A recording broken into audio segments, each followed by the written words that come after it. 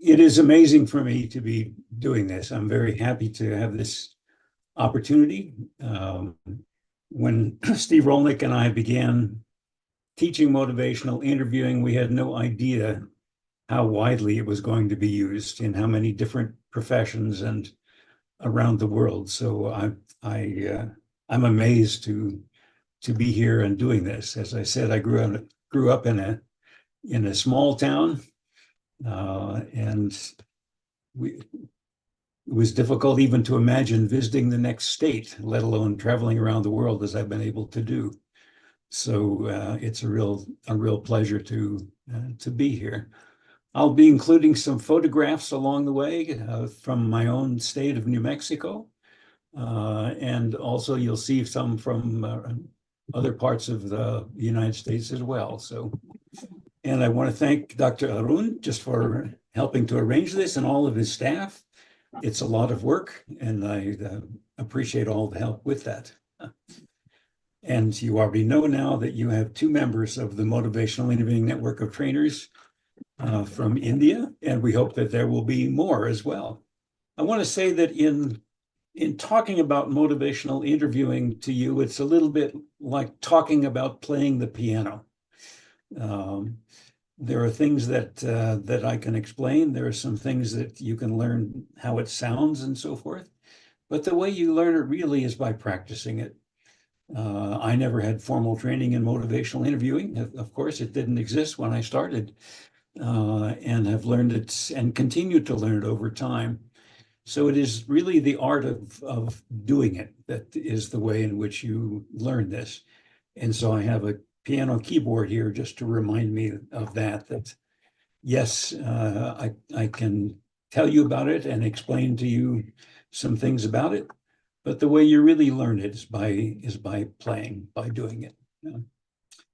And I plan to use a mixture of three things: of talking to you and telling you about motivational interviewing, of showing you some examples of it, of what it looks like and how it sounds, and then also giving you opportunities to try some of the component skills that are involved. And that will be done in breakout rooms of 3 people, usually with 2 people talking to each other and an observer there. But you'll have a chance just to try some of the component skills that, when you put them together, begin to form motivational interviewing. As you probably know, I'm planning to offer 10 weekly sessions for you.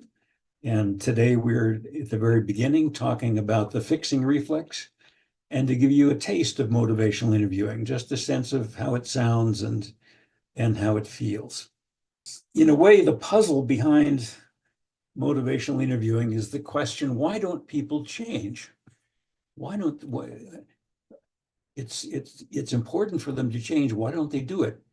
You would think that for people who have had a heart attack, that would be enough to persuade them to stop smoking, to change their diet, to exercise more, and take their medication faithfully. You would think that would be the case. You would think that when things happen to people that happen to them before they come into our center, our addiction center, they've lost relationships, they've lost jobs, they've been in an automobile crash, they can't remember things that happened to them. I mean, you would think that that would be enough to cause them to think maybe they should do something about their drinking. You would think, I have diabetes for 18 years, and you would think that the very real threats of what can happen if you do not control your diabetes would be enough. I mean, kidney failure, going blind, having your feet amputated. I mean, how serious can the consequences become? You would think that would be enough to get people to get their blood sugar level down, to exercise more, to eat more sensibly, and so on. And you would think that spending any amount of time in the conditions of prisons would be enough to persuade somebody that they don't want to go back there and to stop reoffending. And yet, as you know, if you work in any of those fields, so often it's not enough. suffering is not enough to change behavior. So even though it seems, of course, people would change, many people don't. In the United States, at least 80 to 90% of people with diabetes have not made the changes that they need to make in order to be healthy, in order to be well. So behavior is a piece of the puzzle of so many different fields, certainly in behavioral health, in corrections, in prison systems, in social services, in healthcare. Often physicians haven't learned a lot about how to change behavior, and yet very often what is needed is behavior change. If you're treating chronic illnesses like diabetes or asthma or hypertension or obesity, I mean, you're dealing with something where the answer is a change in the person's behavior, and yet very often professionals are not taught very much about how to help this happen. Now, I think a better question than why don't people change is why do people change? When they do, and people do make major changes in their lives, what's that about? Well, that's been studied by a whole variety of people. Two that I've known for a long time, Jim Prochaska, who recently died, and Carlo Di Clemente, his long colleague, studied the processes of change. And you may be familiar with this model already. And they said that change is not something that happens just in an instant. It's not something that happens immediately, once and for all, but it's a process that happens over time. And they talked about these stages of change. In the beginning, in pre-contemplation, person isn't even thinking about change, not even considering it. Maybe they see no reason why they would make a change. It just doesn't seem to be important.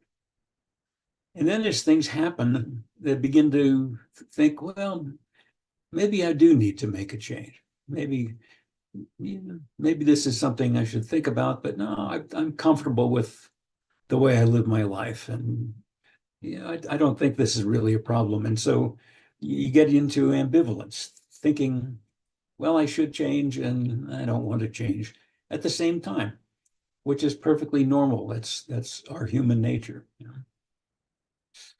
As the balance begins to tip, and we'll talk about this a lot, then you get into what they call the preparation stage, which is beginning to think, well, what could I do? If I did decide to do something about my diabetes or my drinking or other difficulties, my family difficulties and so on, if I did decide to do something, what could I do? What's possible? What would work? And so you begin looking for options. And if you find something that looks like it's promising and looks like it's possible, then you get into the action stage and trying it out. And making a change, an initial change, is a first step. But then, as we know in the addiction field, another challenge is keeping that change, maintaining it. And so stopping smoking, people sometimes do it many times. Our humorist Mark Twain said, stopping smoking is very easy. I've done it 100 times. So the first step is making that change, but then how do you keep it over time as well? And that's the maintenance stage. And if you're not successful in keeping that change the first time, then you go around the circle again. And smokers, for example, go around the circle between 3 and 7 times on average before they finally stop smoking. So any one attempt may not be the final one. It's normal to try again and to try again. And we particularly see that in the addiction field, that you don't necessarily expect that any single attempt to change is going to be successful in itself. Now, we originally developed motivational interviewing to help people who were back here, to help people in the pre-contemplation, contemplation, and preparation stage to begin to move on. And that could be most of the people that you see, whatever your field, in healthcare, in corrections, in mental health. most of the people coming through the door may not quite be ready to make the change.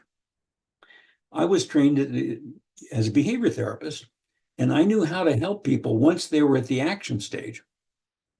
But if they weren't ready yet, I didn't know what to do. And so that was where we began to develop some methods in motivational interviewing. Say, well, how can you help people get to the action stage who aren't there yet?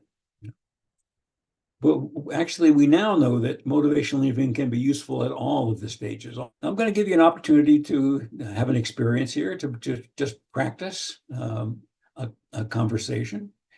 When you get into your breakout room, there'll be 3 of you there.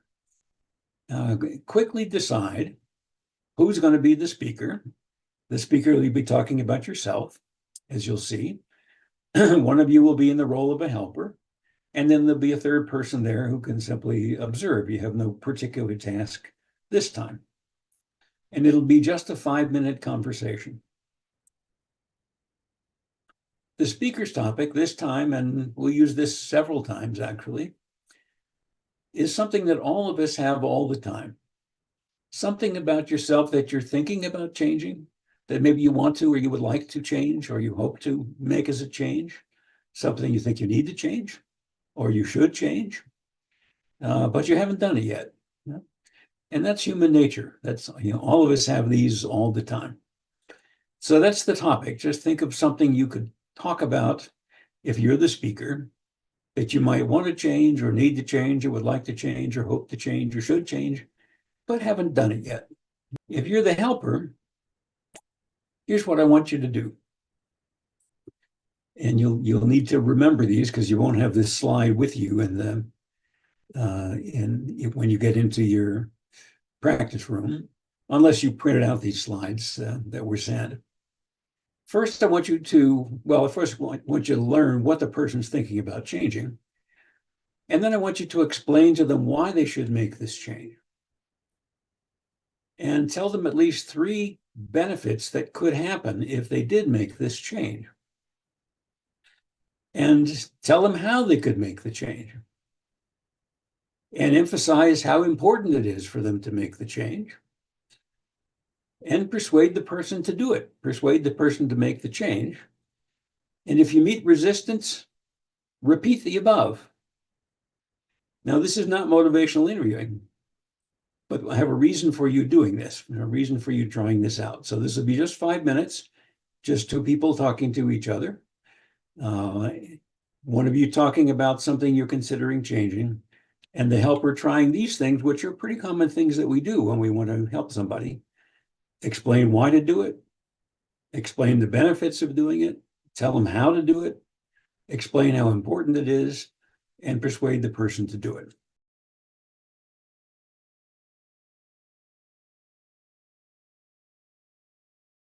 I found myself in a practice room and I was able to lecture someone about their smoking, which feels now very strange to me after what I've learned. And yet, that is very often what we do as providers, and we do it with the best of intentions. So what goes wrong with trying to persuade somebody to do something? We do it with the best of intentions. We do it trying to be helpful. And yet very often it doesn't work. What's going on? Well, whenever we are considering the possibility of making a change, the normal human experience is ambivalence. Part of you may see, yes, I do need to make this change. And part of you is very comfortable living life the way you have been, and you don't really want to make this change. And so there's a balance going on. You're thinking maybe you need to do it, maybe you don't need to do it. That's the contemplation stage that I talked about. Nothing strange about that at all. In the addiction field, sometimes we have pathologized that and said you're in denial. But ambivalence is just a normal response to considering a change. So part of the person wants to make the change, and part of the person doesn't want to make the change. And that's normal in contemplation. And that's the challenge for us as providers when someone is at that point. Why do we go into helping professions? usually because we want to help, we want to do something to help people be healthy or to be well or to not be unhappy or not be suffering. And we desire to fix the person in a way that it's just kind of a natural, compassionate thing that we feel. Oh, I know the answer. In fact, if you go to medical school, you learn to have the answer. And so naturally, then you want to provide the answer to people, and you know what the answer is, and you know what to do. And so we do it with the best of intentions. We do it with compassion and with love in our hearts to trying to fix the problem. We do it by educating, explaining to people, to giving them information, by warning them what will happen if they don't make the change, by analyzing the situation, why they're doing what they're doing, by giving advice and making suggestions and telling people what to do. These are all kind of fixing behaviors. Now, what happens when a person who is ambivalent meets a helper with a fixing reflex? What happens is the helper is making the arguments for change. The helper is doing what we were just doing in that last exercise, saying, well, here's why it's important to change. Here's what you could do. Here's how you could do it. This is why you should do it. It's really important for you to do it. Again, we do this with the best of heart and intentions. And when the helper does that, what is the normal response of the client or patient? The absolutely predictable response is for the person to voice the other side of their ambivalence. And so in treatment of alcohol problems, the classic conversation is, you have a drinking problem. And the person says, no, I don't. It's not that bad. Yes, you do. Here's what I'm seeing. Here are the things that are going wrong in your life. No, I don't. I'm not an alcoholic. I don't really have a problem with it. I don't need to change. So in a way, you're having the person's ambivalence as a conversation between the two of you. You're acting out the person's ambivalence, with the helper taking all the good lines, thereby causing the patient or the client to defend the status quo, to defend what they're doing now. That's not pathology. That's normal human nature, But it's a natural response to someone telling you what's wrong with you and telling you what you should do about it and why you should do that and how important it is. You just naturally push back against that for a variety of reasons that we could discuss, but it just happens. Normal response to being given advice is to not do it, or even do the opposite. And yet advising is kind of what we think as helpers often is going to be helpful. And sometimes it is. Sometimes that's all it takes. Primary care doctor advising smokers to quit smoking. Maybe 1 in 50 will. It's enough to keep us doing it over time. But there are much better ways to go about it. Also, this is how I've done these exercises all over the world. And this is how people normally respond to somebody trying to fix them, to somebody telling them what they're doing wrong, what's wrong with them, what they should do about it, why they should do it, and so forth. First of all, there's resentment. You feel like the person isn't listening to you. They don't understand you. They don't get you. You might be angry about that, or you might feel shame. I know, I need to do this. It's uncomfortable. It doesn't feel good. And ironically, a part of that is feeling unable to change, feeling stuck. A second theme in people who are being told what's wrong with them and what to do is to push back, is to resist it, to argue against it. Say, it's not that bad. I don't have to do that. I don't want to do that. Or discounting, to say, what, you don't know what you're talking about. Who are you to tell me what to do? Or defending what you do, to explain why it's important to you to drink or to smoke or to whatever it is. To just be kind of difficult and resistive and not listening, to deny the problem. It's just a behavior. It's not that bad. I don't smoke that much. To put it off, to delay. or to justify. Smoking is the only way I have to relax. I don't know how I would get through the day if I couldn't smoke.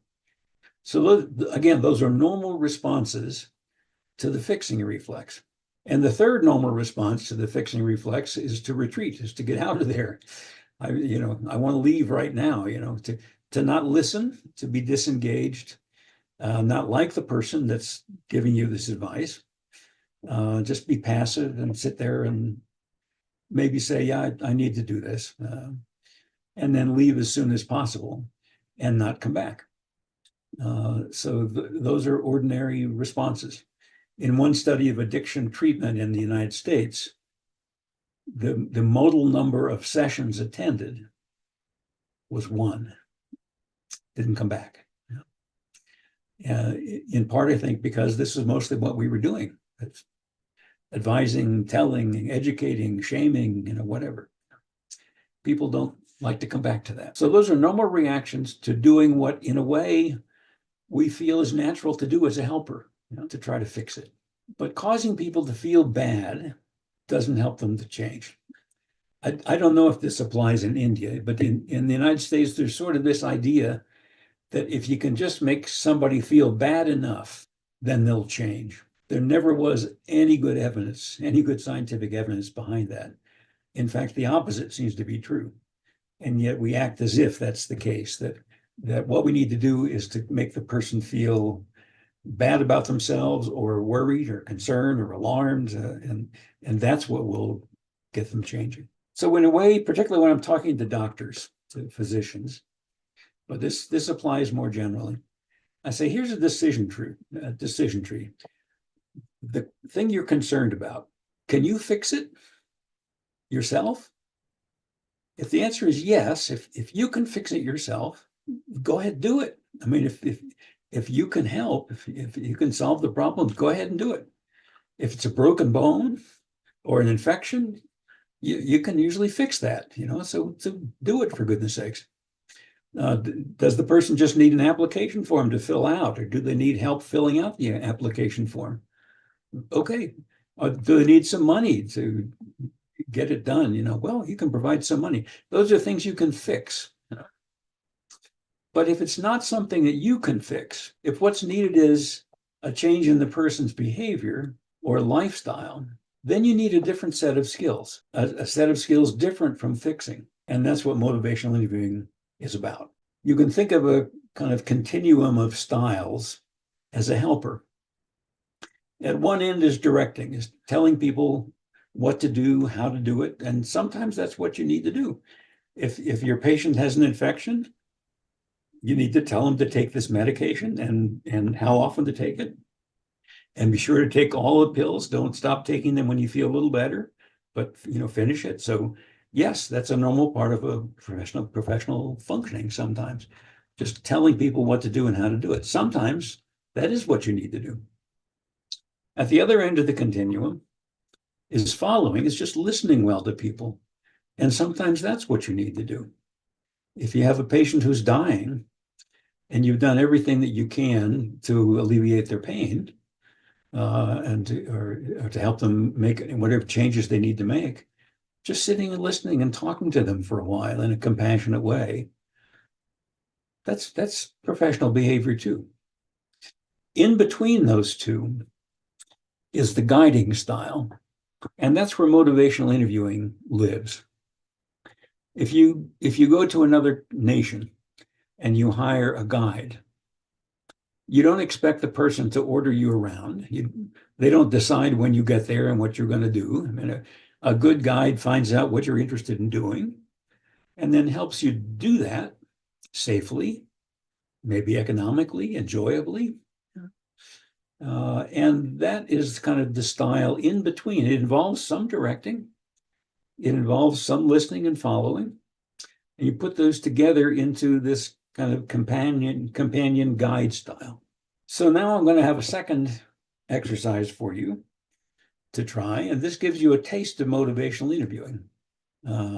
Again, when you get into your breakout room, quickly decide, 30 seconds, 60 seconds, decide who will be the speaker and who will be the listener. and the third person can observe for the time being, at least. And again, the speaker's topic is the same one. Something you're considering changing, something you need to change, you think you ought to change, you hope to change, considering it, but you haven't done it yet. And again, all of us have these all the time. This is us. This is human beings, all right? So and by definition, it's something you're ambivalent about. But now I want the listener to do something different. I want you to ask particular questions. And if you don't have the slide in front of you, then it might be a good idea to write these questions down so that you're able to ask them, because I want you to ask these particular questions, and don't give any advice. No fixing. All right? Instead, just ask these 4 questions. The first one, why would you make this change? Why would you want to make this change? And listen to what the person has to say. Second question, how might you go about it? Given what you know about yourself, and you know a lot about yourself, how could you go about it if you did decide to make this change in order to succeed? Third question, what would you say are the 3 best reasons for you to do this? Fourth, on a scale from 0 to 10, 0 is not at all important. 10 is, this is the most important thing in your life right now. How important would you say it is for you to make this change? Give yourself a number.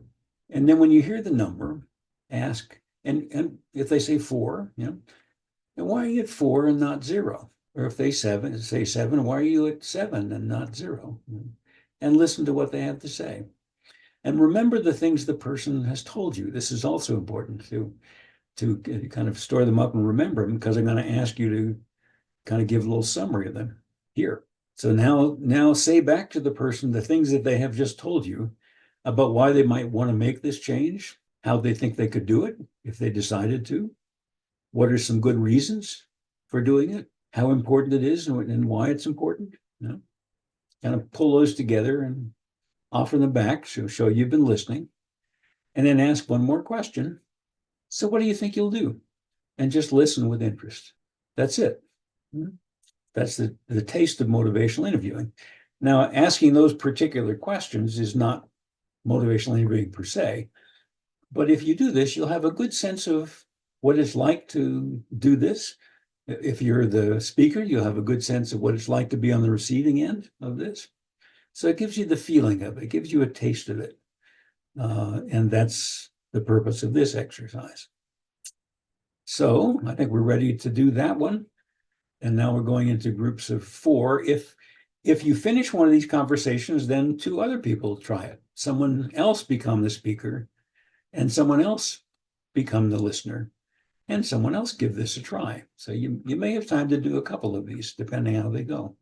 But take your time, listen well, enjoy it.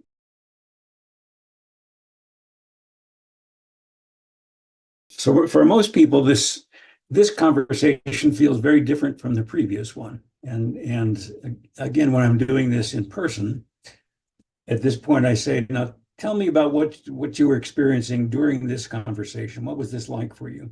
And I hear 3 different kinds of themes that are very different from the 3 themes that I talked about earlier as responses to the fixing reflex. One thing is people tend to feel affirmed.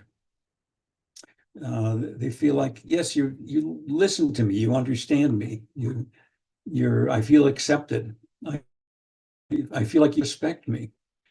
It was comfortable. I felt safe. A significant piece of motivational interviewing, I think, is creating that feeling of safety early, and it doesn't have to take a long time. Can be done in a few minutes sometimes. And the person feels empowered also as they begin to have this conversation. They feel like I think I could do this, and they feel able to change. So it's an opposite response to how they're feeling when they're being told what to do and what's wrong with them. Then instead of pushing back and resisting, it's an accepting response. The person feels open to what's happening. that don't feel any need to defend themselves. They feel interested in the conversation. People say, I really enjoyed the conversation, and I was engaged in it. They tend to be more cooperative. And when you listen to people, they're also more likely to listen to you. And so accepting is the second theme. And the third theme is, instead of running away, a desire to approach, to come toward you, to talk more. They say, I would come back and talk to this person again, or I would like to talk longer. I like this person. I felt really, really engaged. I was active. In U.S. medicine, we talk about patient activation, helping patients to get actively involved in their own care. And that's happening in this kind of conversation. And they're more likely to come back, to want to come back and see you again. So in a way, the question is, which kinds of patients or clients or people would you rather work with? Would you like to work with people who are open, cooperative, who are listening to you, who are engaged, who are active and empowered and hopeful and who like you? Or would you prefer to work with people who are defensive, oppositional, who argue with you, who are disengaged and passive, who feel powerless and unable to change, and don't like you? You get to choose, because these are reactions to the style with which you talk to people. And again, I've seen in so many different cultures around the world, I've seen the power of the way in which you relate to people, and thereby the kind of people that you get to work with. So it's a change of your role. You don't have to make change happen. The truth is, you can't. In fact, if you go to work feeling like you have to make people change, so what's a definition of motivational interviewing? This is what we now use. The definition itself has changed some over time. It's a particular way of talking to people about change and growth in order to strengthen their own motivation and commitment. That's a pretty good description of what this method is. And what has happened is, now, after 40 years, this is clearly an evidence-based track of controlled clinical trials. That is, clinical trials where living there being compared with something else, nothing, or well, there are 2,200 of those around the world, just published in English. Astonishing to me. It's relatively brief. I mean, normally when motivational interviewing is done by itself, you're free, and it can be done in primary care in 10, 15 minutes. I mean, it's not something that is long-term psychotherapy. It's something that can be done relatively briefly. It's specifiable. I can tell you how to do it. And I say be careful with manuals because of an interesting finding that I may mention again later in the course. In one meta-analysis, she compared in which do this for 5 minutes and then do this for 10 minutes and then do this and then do this. It's a very structured. And other studies where there was no manual, the person was delivering motivational interviewing, but not trying to follow a book. And the effect was bigger in the studies with no manual. I think the lesson is, if you're following a manual instead of paying attention to your client, you're not doing it right.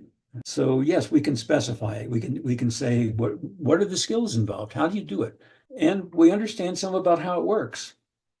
We understand some of the mechanisms of action underlying it from research that's occurred over 40 years. And it's verifiable. Trained observers can listen to a session and agree about the quality of motivational interviewing that was being delivered.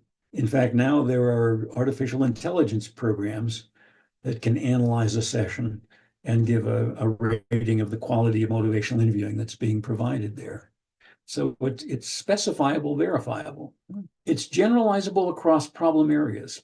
It used to be just about addictions.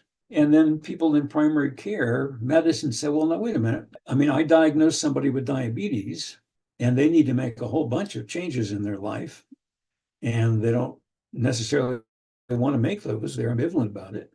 And I'm struggling because they're not changing what they need to change.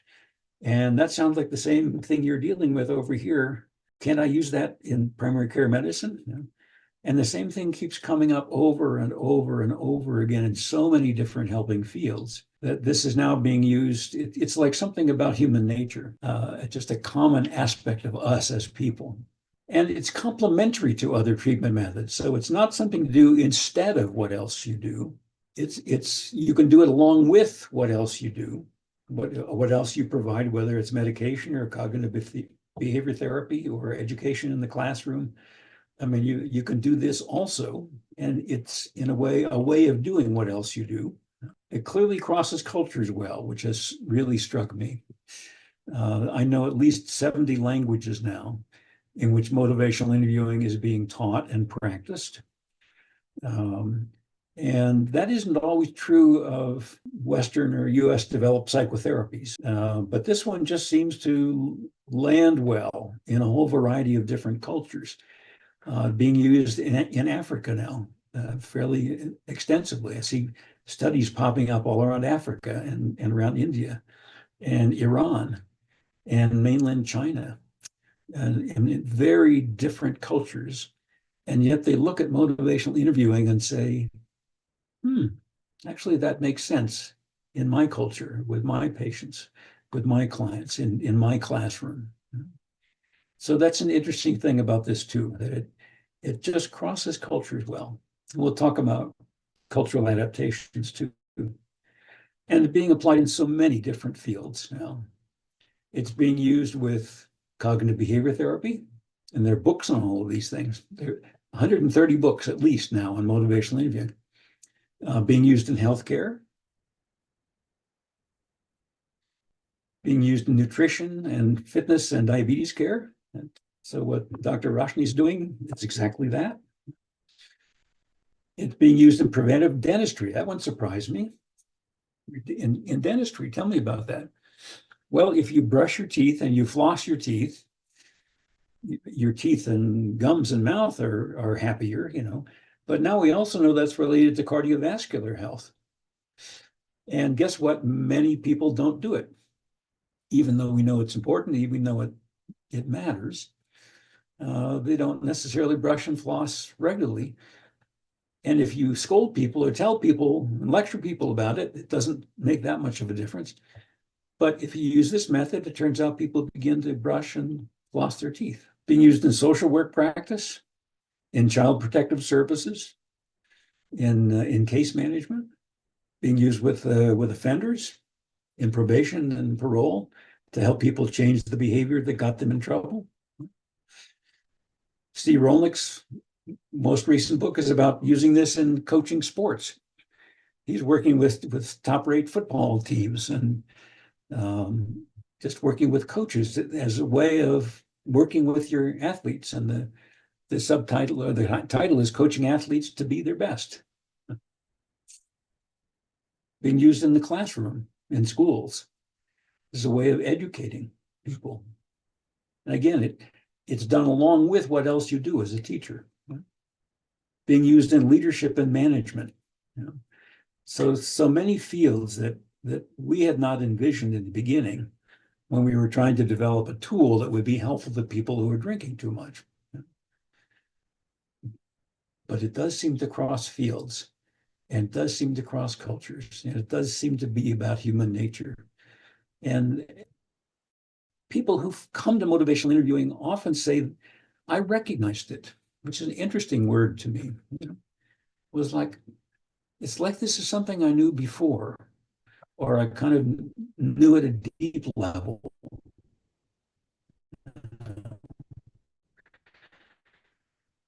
Now you're helping me figure out how to do this in my practice. So it's been incredibly rewarding for me of my career. So I think this is a good time. I can stop sharing my slides now, and I'll be glad to talk to you, discuss with you anything you're kind of wondering about or thinking about or would like to know a little bit more about. That's where we are.